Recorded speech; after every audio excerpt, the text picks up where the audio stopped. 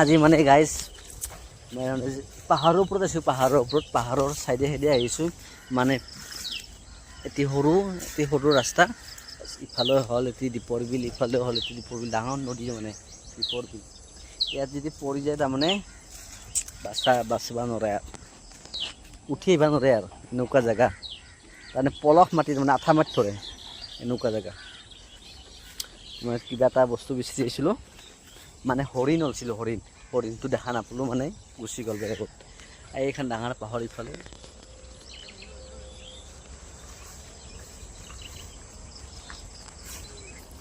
এখন পাহাৰ, তাৰমানে ইপিনে এটা ৰাস্তা আছে, ইমান দূৰলৈকে নাযাওঁ, বাঘ-চাক আছে আৰু যাব নোৱাৰা ইফালে।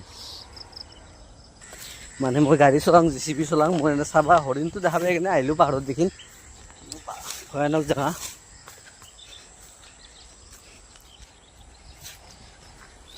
জংগালে আহিছোঁ।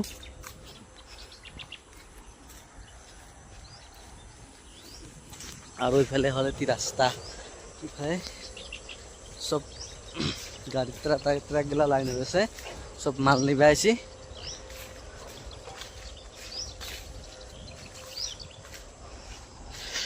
আৰু এইটি হ'ল শ্বহীদ ভৱন। এই পাহাৰৰ ইফালে বেছি দূৰ নহয়, ওচৰতে। আৰু এখানে পাহাৰৰ ওচৰতে আছে, মানে হৰিণটো ইফালে গেছি, ধৰিব নোৱাৰিলোঁ।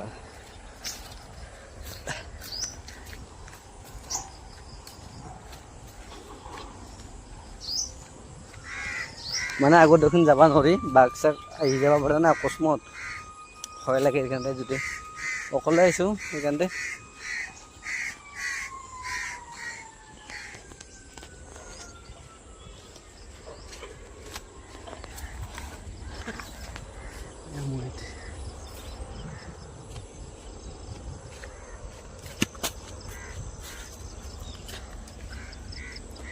আৰু কি বস্তুটি চাওকচোন।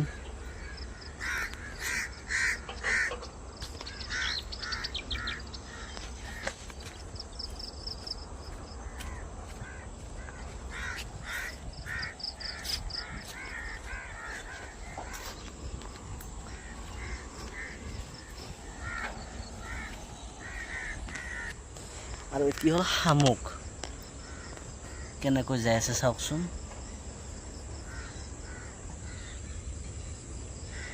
যাই আছে, নানান ধৰণৰ বস্তু দেখা পায়।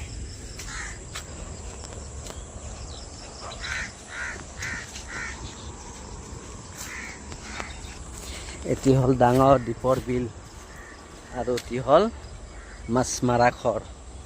মাছ মাৰি কিনে ইয়াত থাকে।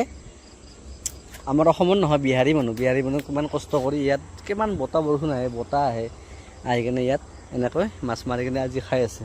ইমান বছৰ হ'ল। আমাৰ অসমৰ মানুহ কি নৰে, খালি হিন্দু মুছলিম, চব বিহাৰী মানুহ। আৰু ইয়াত মাছ আছে না নাইবা, ইয়াত বৰফ আছে, মাছ মানে লৈ গেল বেচবাৰ কাৰণে। আৰু ইয়াত ৰাতি হ'লে ইয়াত থাকে, মাছ-চাছ বেছি কিনে ইয়াত থাকে।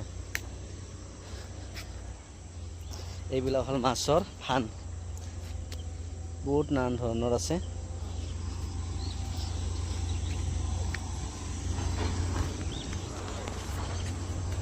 এইবিলাক চাওঁ, ইয়াৰ লেঙি, জানাইতো লেঙি। এনেকুৱা কষ্ট কৰি বাহিৰৰ মানুহবিলাক আহি কিনে খাই আছে, বিহাৰৰ মানুহ।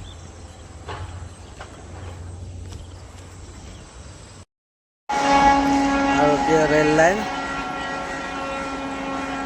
ৰেল যাই আছে ইমান ধুনীয়া কৰি।